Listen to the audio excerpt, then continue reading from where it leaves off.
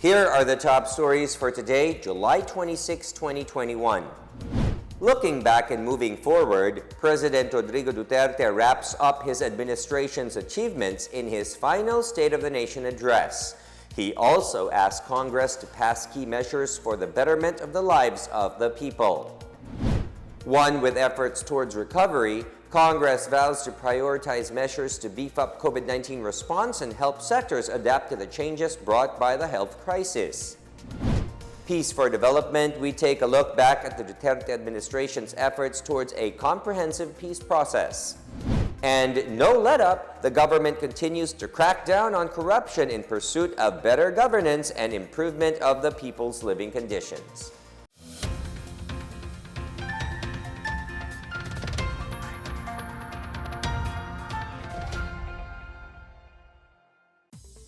Good day, I am William Theo. Welcome to the PNA Newsroom.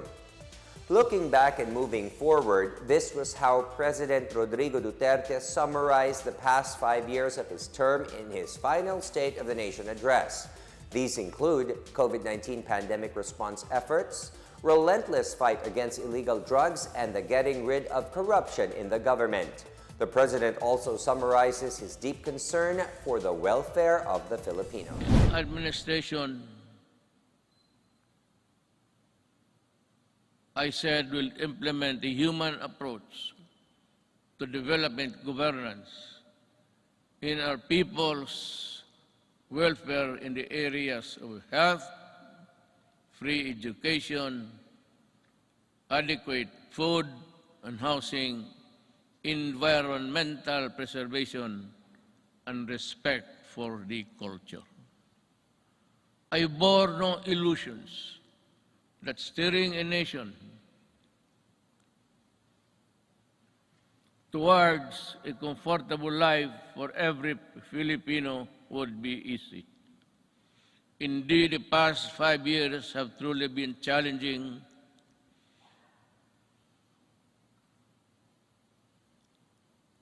and humbling. President Rodrigo Duterte thanks health workers and other frontliners for helping the government in the fight against COVID-19. He also acknowledges the Filipinos' compliance with minimum health protocols as the country battles the pandemic. Allow me this opportunity to extend my personal and the nation's gratitude to all those who selflessly gave their all in the fight against COVID-19, our health workers and other frontliners who risk their own safety.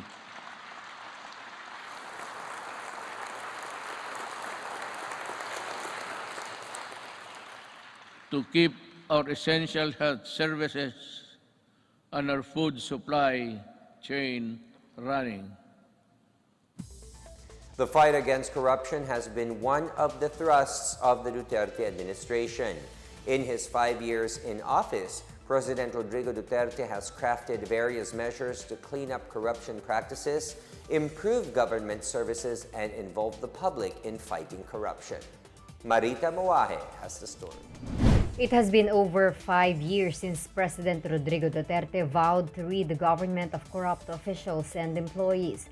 During the National Assembly of the PDP Laban in Pampanga on July 17, Duterte guaranteed that he would use his last year in office in stopping corruption. I've been trying really my very best to curb corruption. Hindi ko maalis yan overnight.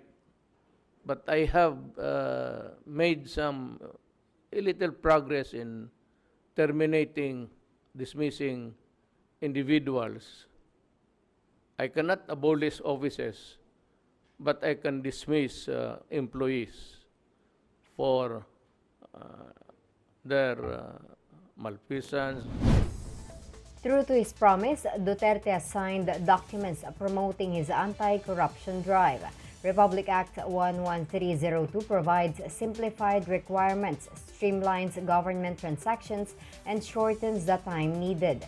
RA 11517, on the other hand, allows the President to accelerate and streamline processes and procedures for applications and renewals of permits, licenses, clearances, certifications, or authorizations. Duterte also approved several issuances, including Executive Order 129, creating the Office of the Presidential Advisor on Streamlining of Government Processes in an effort to reduce red tape and expedite transactions in government. The Anti-Red Tape Authority has been pushing for the automation of government systems to avoid face-to-face contact, remove redundant processes, and let the public enjoy faster and more convenient services. ARTA Director General Jeremiah Belhica said his office has expedited the release of more than 35,000 pending permits in various sectors. The firing of government officials and employees embroiled in anomalous deals also continues under Duterte's watch. The 888 Citizens Complaint Center was launched on August 1, 2016 to allow the public air their grievances against poor delivery of government services and report corrupt activities by government workers. The Presidential Anti-Corruption Commission has so far looked into around 13,000 corruption complaints lodged before the office since 2018. PACC Chairperson Greco Belhica noted that around 45 high-ranking officials have been removed from office, 21 individuals have been arrested, and 150 others are facing charges. He said the president himself is leading the war against corruption in shaming public officials involved in corruption. 5 years ago, the first thing I made sure was to increase our infrastructure spending to an average of 5% of the country's GDP. This is significantly higher than infrastructure spending of each and past 4 administrations. Thanks to the comprehensive tax reform program that enabled us to fund critical infrastructure projects, today we can see the tangible results all around. For the PNA Newsroom, I'm Marita Muaje. The Department of Transportation, or DOTR, has completed at least 671 infrastructure projects less than a year before President Rodrigo Duterte steps down from office. It says over 200 more projects are expected to be completed before and even beyond his term. The details from Chris Mundo. Build Committee Chair Ana Marie Lamentillo said the DOTR has so far completed 214 airport projects, 451 commercial and social seaport projects, 6 railway projects on top of the various road sector projects, such as the EDSA busway and COVID-19 mitigation efforts. In the aviation sector, one of the big-ticket items is the recently completed passenger terminal building of the Clark International Airport by the DOTR and the Bases Conversion and Development Authority, or BCDA. The structure has increased the airport's passenger capacity from the previous 4.2 million to 12.2 million per year. DOTR Secretary Arthur Tugade earlier cited other notable completed airport projects such as the Mactan Cebu International Airport and the Bohol Panglao International Airport. To date, about 100 more airport projects are ongoing and are expected to be completed before the end of President Duterte's term. In the maritime sector, the DOTR, through the Philippine Ports Authority, has inaugurated hundreds of new and rehabilitated ports before and throughout the COVID-19 pandemic. Among these port projects are the Port of Cagayan de Oro, with a capacity of 3,000 passengers, the Port of Borac in Coron, Palawan, the Port of Iligan in Lanao del Norte, and the Port of Masao in Agusan del Norte. At least 101 seaport projects are also ongoing to further help connect the archipelago. In the railway sector, 6 railway projects have so far been completed. These include the Light Rail Transit Line 2 or LRT2 East Extension Project extending the LRT2 from Santolan Station by 3.8 kilometers and 2 new stations, Marikina and Antipolo stations. Meanwhile, the rehabilitation of the Metro Rail Transit Line 3 or MRT3 has so far increased the train services operational speed and headway. Several big-ticket railway projects are also ongoing, such as the MRT7, Common Station, the Metro Manila Subway, and the 147 kilometers north-south commuter railway that will connect Clark, Pampanga down to the National Capital Region to Calamba, Laguna. In the transport sector, the DOTR has already completed the Parañaque Integrated Terminal Exchange with 2 other land terminals expected to be completed by 2022. These are the Taguig City Integrated Terminal Exchange and the North Integrated Terminal Exchange. The DOTR has also established isolation facilities, one-stop shops in the IA terminals, and crew change hubs for maritime vessels. Other programs meant to help during the COVID-19 pandemic are the Service Contracting Program, which gave incentives to public utility drivers and provided free transportation to the public, the Free Ride for the Healthcare Workers Program, and the Hatid Tulong Program that helps stranded overseas Filipino workers return to their home provinces. Secretary Tugare has also ordered DOTR-attached agencies to remit their respective dividends to the national government to help fund other measures during the pandemic. For the PNA Newsroom, I'm Chris Crismundo. Both the Senate and the House of Representatives will prioritize legislations that focus on pandemic response and recovery measure. At the opening of the third regular session of the 18th Congress, Senate President Tito Soto called for unity to weather the COVID-19 pandemic. Soto said the Senate will draw up measures that focus on providing food, shelter, education, and medical health to Filipinos everywhere. Speaker Lord Alan Velasco, on the other hand, said the House of Representatives will prioritize measures such as the creation of a virology institute and a center for disease control. Velasco also said they will craft legislations that makes payments efficient for businesses and reforms the pension system of the military and uniformed personnel. Meanwhile, Deputy Speaker Mikey Romero said their focus is on passing the rest of the comprehensive tax reform program to boost the recovery of the country.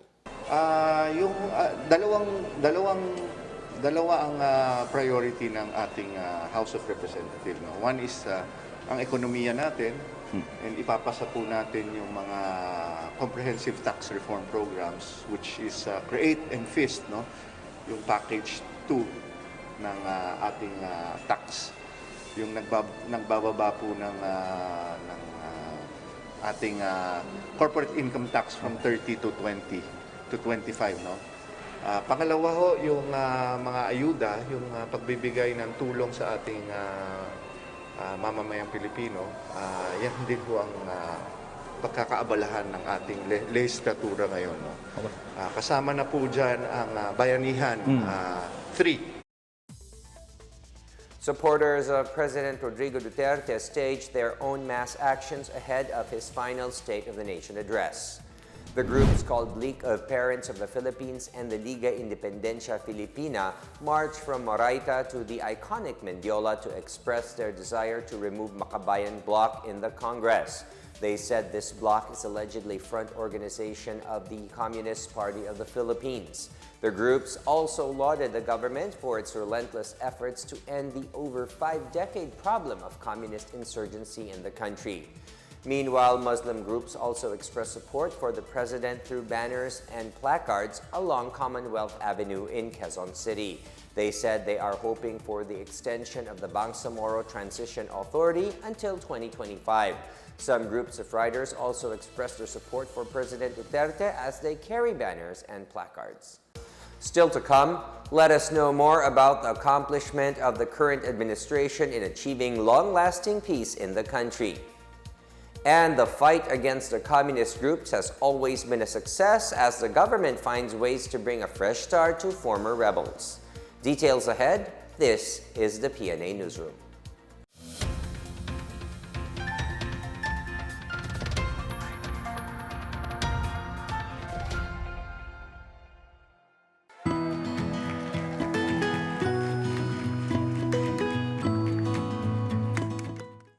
The COVID-19 pandemic has greatly changed our lives for the worse. Lives and jobs were lost and economies reached a meltdown. Thanks to the arrival of safe and effective vaccines, we are one step closer to normalcy.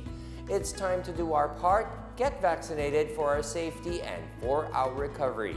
You are there in that community, go there and have yourself vaccinated by any of the vaccines available.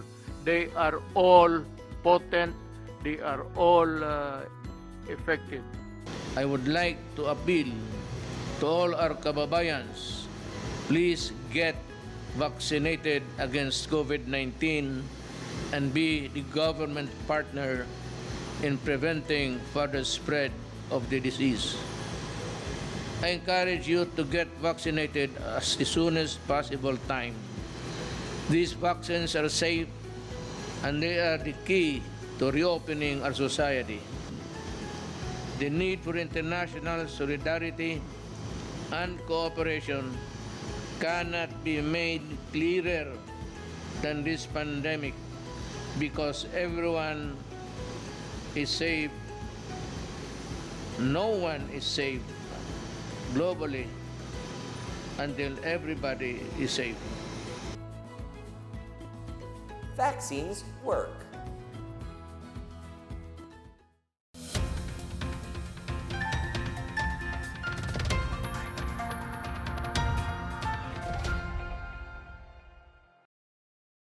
President Rodrigo Duterte's strong support to the armed forces of the Philippines has always been considered as part of his administration's legacies. The AFP says it has always been grateful for the direction and support of the Commander-in-Chief in continuously improving its capabilities. More on this from Joyce Cudis. Indeed, I am proud of the accomplishments of our troops in securing our nation against all threats to our democratic institution.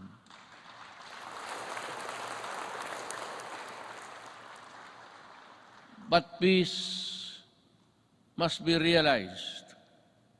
Under the term of President Rodrigo Duterte, the Armed Forces of the Philippines said it was able to complete a total of 54 projects under the Republic Act 7898 or the AFP Modernization Act and Republic Act 10349 or the revised AFP Modernization Act. Some of the well-known products of the ongoing AFP modernization program are two missile frigates, the BRP Jose Rizal and the BRP Antonio Luna, which are now commissioned and deployed for patrol missions.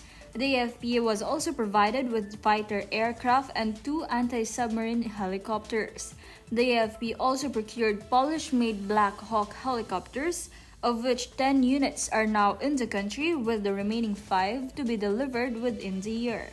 Navy Captain Jonathan Zata of the AFP Public Affairs Office says these capabilities improve the conduct of military operations against terrorists on the land and sea, as well as in providing more persistent monitoring of the country's interest in the West Philippine Sea.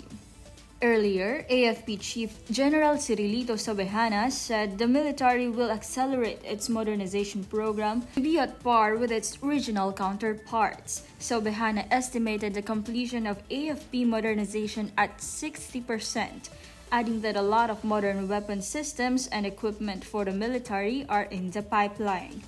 In 2018, President Duterte has fulfilled his campaign promise to increase the salaries of soldiers and cops when he signed into law the Congress Joint Resolution modifying the base pay schedule for military and uniformed personnel.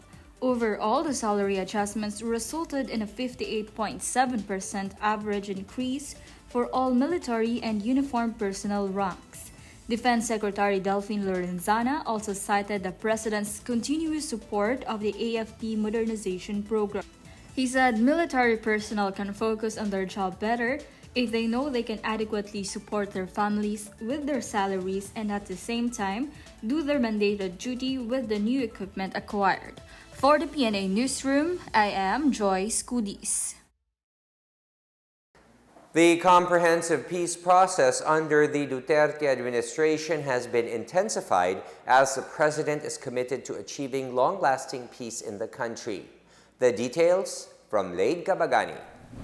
With the support of our local government units, I am confident that support for the communist movement will continue to erode in the next few months. Unlike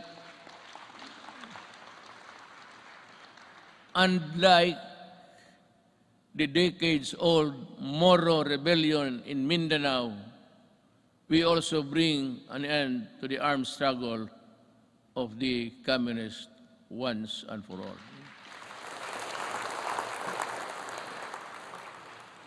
The pursuit of a comprehensive peace process in the country has been intensified under the Duterte administration. Presidential Advisor on Peace, Reconciliation and Unity Secretary Carlito Galvez Jr. reported that concrete measures and actions are being done to carry out the long-term programs of the government. Among these is the implementation of political and normalization tracks of the Comprehensive Agreement on the Bangsamoro. Galvez said the passage of the Republic Act 11054 or the Bangsamoro Organic Law paved the way to the creation of a new autonomous region in Muslim Mindanao.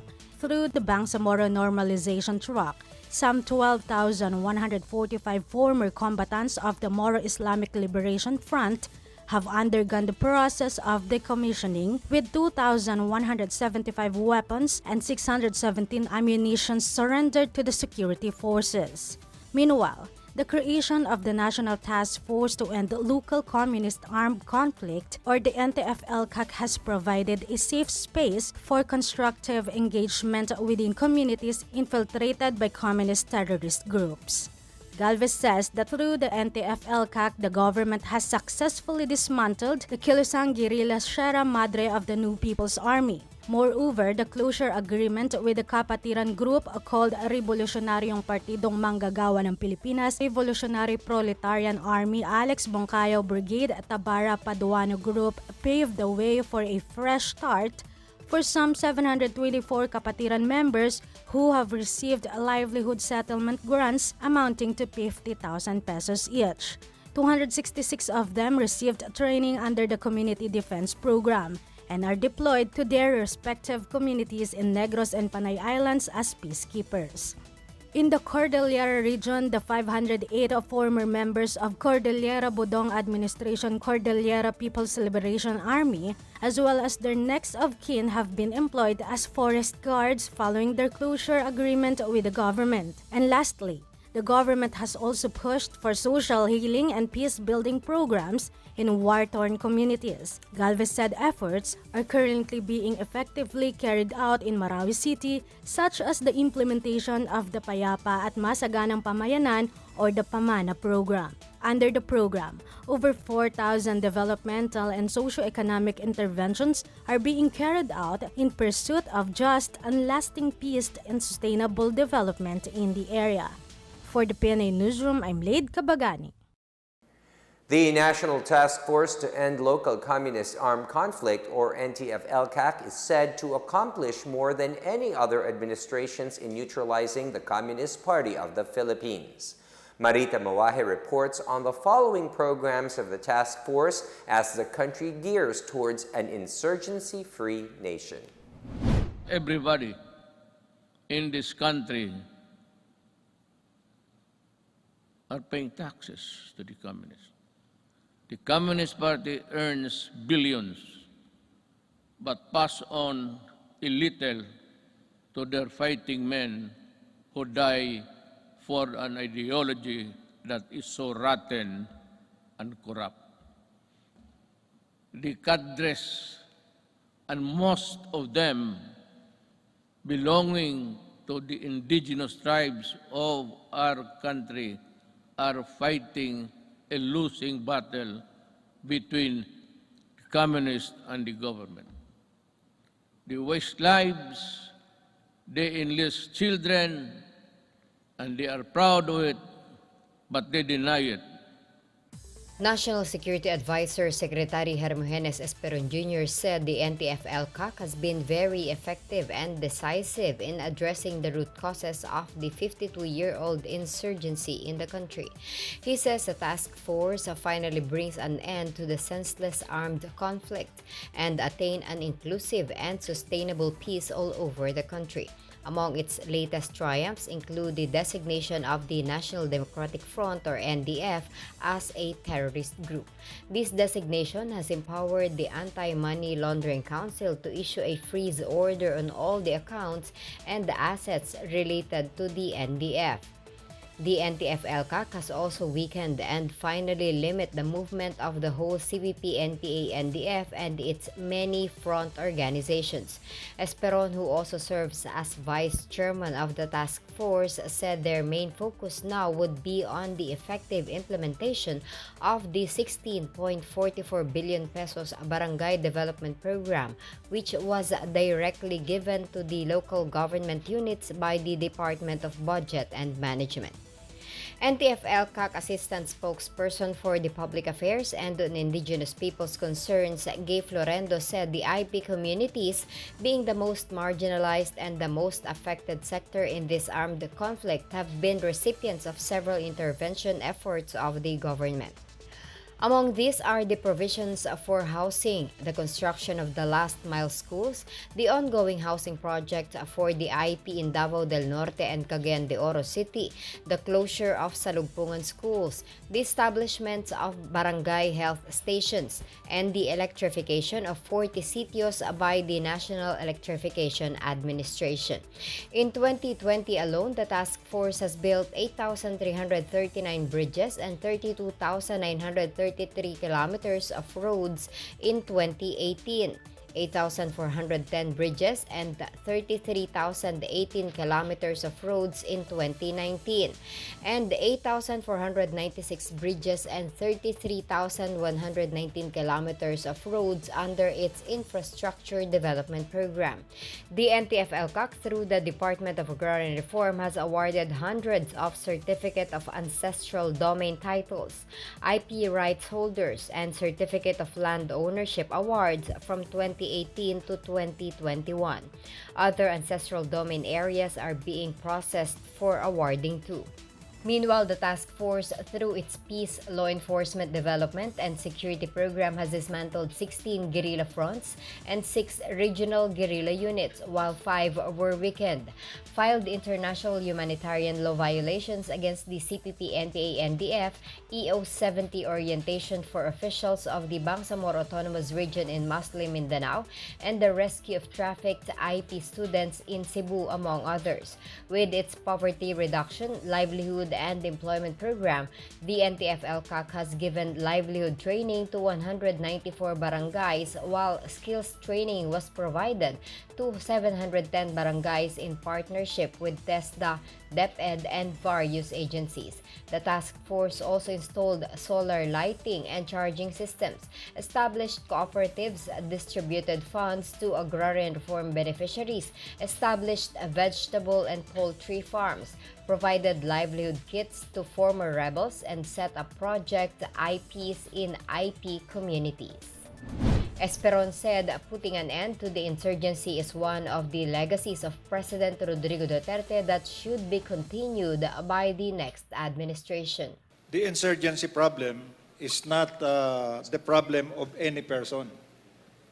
It is the problem of the nation. And it had been with us since 1968 at the least. And so when you say what is the possibility of the next president attending to this, they will have to, because it is a national problem. For his part, National Commission on Indigenous Peoples Chair Allen Capuyan said the culture of unification has been the most significant achievement under the NTF-ELCAC system. I think never in the history of our country that there is a president that put his name on the line to lead the National Task Force. And the most significant thing that happened here is na create yung culture of unification of all agencies under the framework of good governance, utilizing the whole of nation approach in reaching out communities. So, ang nangyari ngayon sa NTF-ELCAC is a kind of culture of coordination, collaboration, synchronization, na ang mga directors, mga USIC, mga ASIC, ay nag-usap-usap every time there are important issues, technically from Monday to Sunday. Ganon ka-deliberate ang effort na hindi lang nanggagaling sa taas, kundi ginagawa na ito sa regional level at saka sa baba. Kahit ang problema sa pinakababa, you can call anytime agencies of government to tackle right away the issue. For the PNA Newsroom, I'm Marita Muaje. Former communist rebels in Negros Oriental have benefited from the government's Enhanced Comprehensive Local Integration Program, or ECLIP program. Peace and security is not only just a military concern. That is why we deviated from the traditional purely military approach in dealing with matters of national security. Through the NTF-ELCAC, we invested in farm-to-market roads, school buildings, water and sanitation, health stations, and livelihood. The Department of Interior and Local Government enumerates the financial assistance being provided to former rebels who surrendered to the folds of the law. This year, the DILG says it has distributed over 1.3 million pesos financial aid to 42 former rebels this year. Among those who received the cash aid are the 27 former members of Militia ng Bayan who received 20,000 pesos each. On June 24, former rebels from Gihulngan City, Mabinay, and Canlaon City, as well as those from Isabela and Negros Occidental, also received the 600,000 pesos financial aid, or equivalent to 75,000 pesos each. Aside from cash aid, Negros Oriental also facilitate the transition of these former rebels from the underground movement to mainstream society. A groundbreaking ceremony for the Negros Oriental ECLIP Halfway House was held last July 5 in Tanjay City, where the 302nd Brigade of the Philippine Army is headquartered.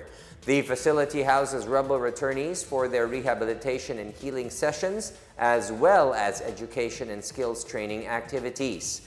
The DILG says another halfway house will also be constructed in Camp Leon, Kilat. Even as Negros Oriental still grapples with a surge in cases of COVID-19, DILG Provincial Director Farah Gentuya said she is hopeful that the ECLIP will continue this year with more beneficiaries. The government's war on crime does not only involve neutralization of criminals. The Duterte administration has also focused for the past 5 years on the rehabilitation of suspects and the restoration of peace and order. More on this from Janice Cabe. I am a Filipino and I love my country. I do not want my country in disarray because of drugs. I do not want families break up and become dysfunctional. Yun ang masakit sa akin. The Duterte administration's campaign against illegal drugs for the past 5 years has seen almost half of over 1.2 million drug surrenderers returning to their normal lives. These drug users and personalities who voluntarily surrendered are now far from the perils of illegal drugs through the Philippine National Police Recovery Wellness Program. The PNP and the Philippine Drug Enforcement Agency laid the groundwork to the declaration of almost 22,000 barangays in the country as drug-cleared, as well as the confiscation of 59.14 billion pesos worth of illegal drugs from drug syndicates, among others. Interior Secretary Eduardo Año said this proves that the government is committed to both curbing the supply of illegal drugs through law enforcement operations and demand through reformation programs. Anyo also highlighted the administration's efficient fight against corruption and all forms of criminality that dramatically improved the country's peace and order situation. He cited the consistent downtrend in the number of index crimes like murder, homicide, rape, and robbery, among others, with theft registering in an almost 50% decrease in 2020. He attributed the government's anti-criminality success to the concerted efforts of local officials who supported and cooperated with institutions such as the Anti-Drug Abuse Councils and Peace and Order Councils. Another legacy of the Duterte administration is participatory governance. Through the 8888 Citizens Complaint Hotline, the public has a channel to send their complaints or grievances on red tape or corruption in any government agency. Anyo said with good governance and delivery of basic services, Filipinos are at peace with their everyday lives. For the PNA Newsroom, I'm Janice Cave.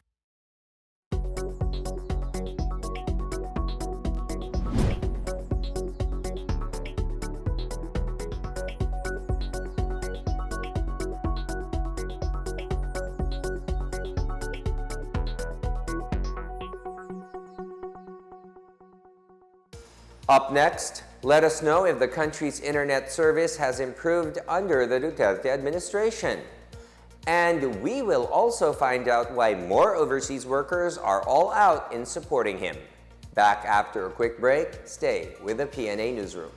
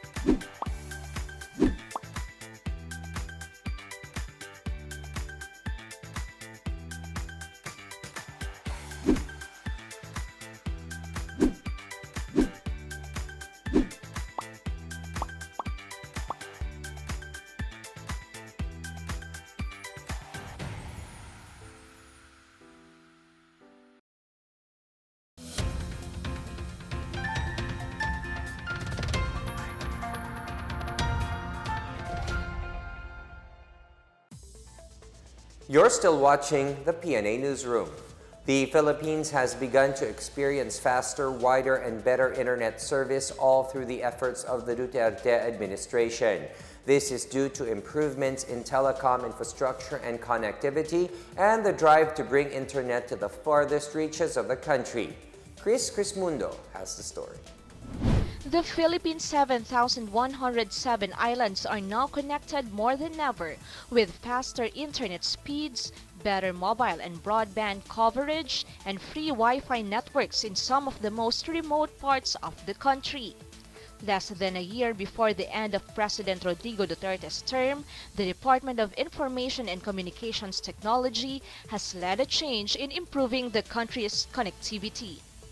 According to international data speed monitoring firm Ookla, the country's average download speeds for fixed broadband have reached 66.55 Mbps in June 2021, a nearly 7 Mbps increase from the previous month.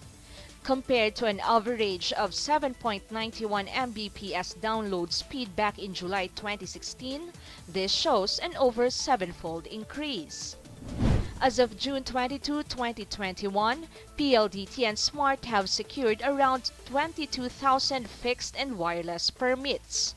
Globe Telecom, on the other hand, has secured 1,451 permits from local government units across the country in the first half of 2021 alone. This was the result of the DICT and the Anti-Red Tape Authority's fast-tracking of fixed and wireless permits for telecommunications infrastructures. In areas of the country with poor mobile or fixed broadband services, the DICT has rolled out its free Wi-Fi for all program with over 10,000 active sites to date. Aside from remote areas, these free Wi-Fi terminals are also available in national and local government offices, schools, hospitals, transport terminals, and other public places. DICT Secretary Gregorio Honasan II said this was made possible through building up the department's internal capacity, manpower, and resources. These changes resulted in a 500% increase in the annual rollout rate of the program, which was able to activate more than 4,000 free Wi-Fi sites in 2020 alone. Honasan hopes to expand the provision of internet connectivity and increase the number of live and operational sites to over 67,000 by 2022. For the PNA Newsroom, I'm Chris Crismundo. The Department of Energy, or DOE, has pushed for clean energy to achieve climate justice in the face of global warming. To this end, the agency is pursuing policies for the country to transition to renewable energy during the Duterte administration. Energy Secretary Alfonso Cusi said the country adheres to its commitment to the Paris Agreement on climate change by reducing carbon emission. The DOE last year declared a moratorium on new coal power projects to further help in climate change mitigation. Meanwhile, it awarded 407 renewable energy contracts from 2016 to 2020. These contracts have a potential capacity of over 23,000 megawatts. The Duterte administration has likewise issued policies and pushed for partnerships with other countries to achieve energy security.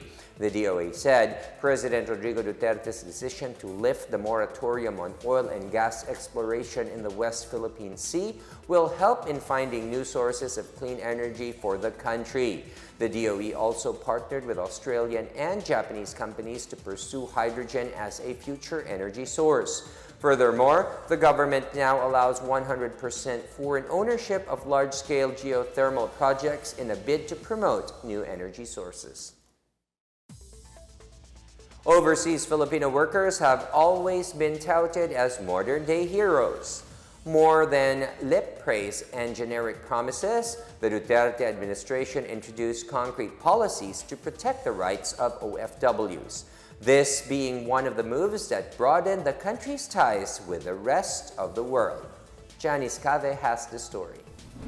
Openly denouncing the kafala system and pioneering the adoption of the Global Compact for Migration, or GCM, proved that the country has been a leader in advocating migrants' rights in the international arena. Foreign Affairs Secretary Teodoro Locsin Jr. said the country was at the forefront in the fight for migrants' rights to decency, dignity, and protection from de facto slavery. In 2018, President Rodrigo Duterte called for the abolition of the kafala and has since engaged state leaders for the complete end of such labor system that he described as unjust and exploitative. Last year, Saudi Arabia followed and launched its so-called Labor Relation Initiative that would soon abolish the kingdom's kafala. The Philippines was also among the countries to champion the adoption of GCM, an international document under which member states commit to cooperate internationally to protect migrants worldwide. The country also strengthened its engagement with the international community to jointly combat terrorism. Meanwhile, the Philippines deepened its engagement with the global coalition to defeat ISIS, its biggest achievement having vanquished ISIS in Mindanao by retaking Marawi in 2017. Locsin also touted the now finalized United Nations joint program that seeks to support Manila in strengthening its national institutions to protect human rights. On the West Philippine Sea, Locsin said the country was also able to achieve international consensus with its victory in the arbitral tribunal. He asserted that the government has not surrendered a single inch of territory or weakened the Philippines' right to everything in the West Philippine Sea. For the PNA Newsroom, I'm Janice Cave. President Rodrigo Duterte has frequently shown his support for the improvement of Filipino sports. More than reforms and spending on athletes, he has personally reached out to them to cheer them on and congratulate them for their achievements. More on this from Laid Kabagani. A number of major breakthroughs in Philippine sports have been among the main highlights of President Rodrigo Duterte's tenure as the first leader of the country from Mindanao. 5 years into his presidency, the chief executive broke the ground for the Philippine Sports Training Center and the National Academy of Sports in Central Luzon.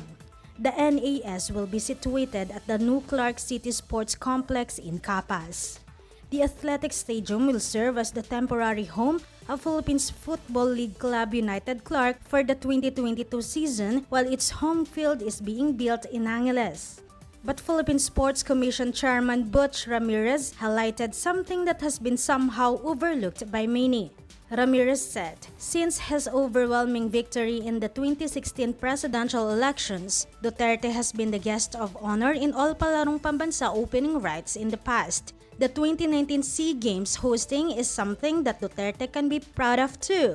The Philippine hosting came in on a 4-year notice when Brunei, the original host, begged off due to financial and logistical concerns. On how the Philippines pulled it off, despite having to take more focus financially in rehabilitating Marawi in the midterm elections then, is a remarkable feat. Ramirez also said Duterte showed his care for the athletes by personally congratulating the SEA Games medalists after the country won the overall championship. He said Duterte speaks with great appreciation, especially the achievement of Filipino athletes. Recently, Ramirez said the government has never been supportive of Filipino athletes financially until today under the leadership of President Duterte. This as the Philippines prepares for its campaign to win a gold medal in the Tokyo Olympics. For the PNA Newsroom, I'm Laid Kabagani.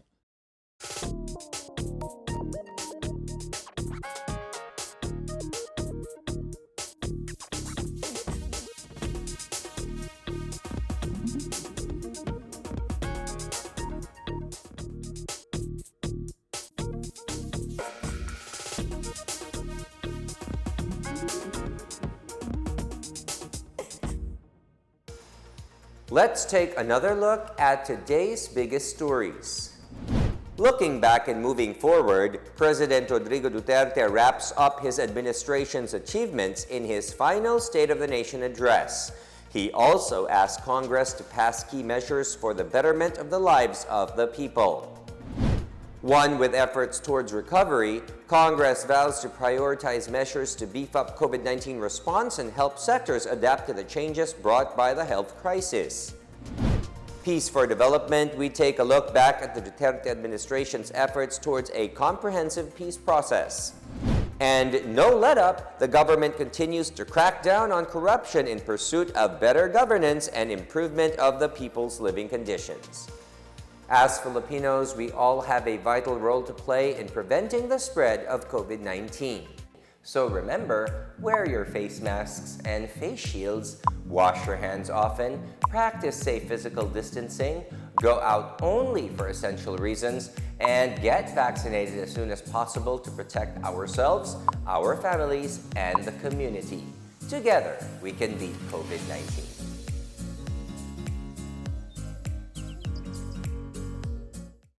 Thank you for watching another episode of the PNA Newsroom. For more news content, check our webpage or log on to the Philippine News Agency's Facebook and Twitter accounts. For more stories about the government and how it serves Filipinos, look for these hashtags in all of our social media platforms and websites. We are shown on the pages of the PCOO and its attached agencies. Also, watch us on television on PTV4 and IBC 13.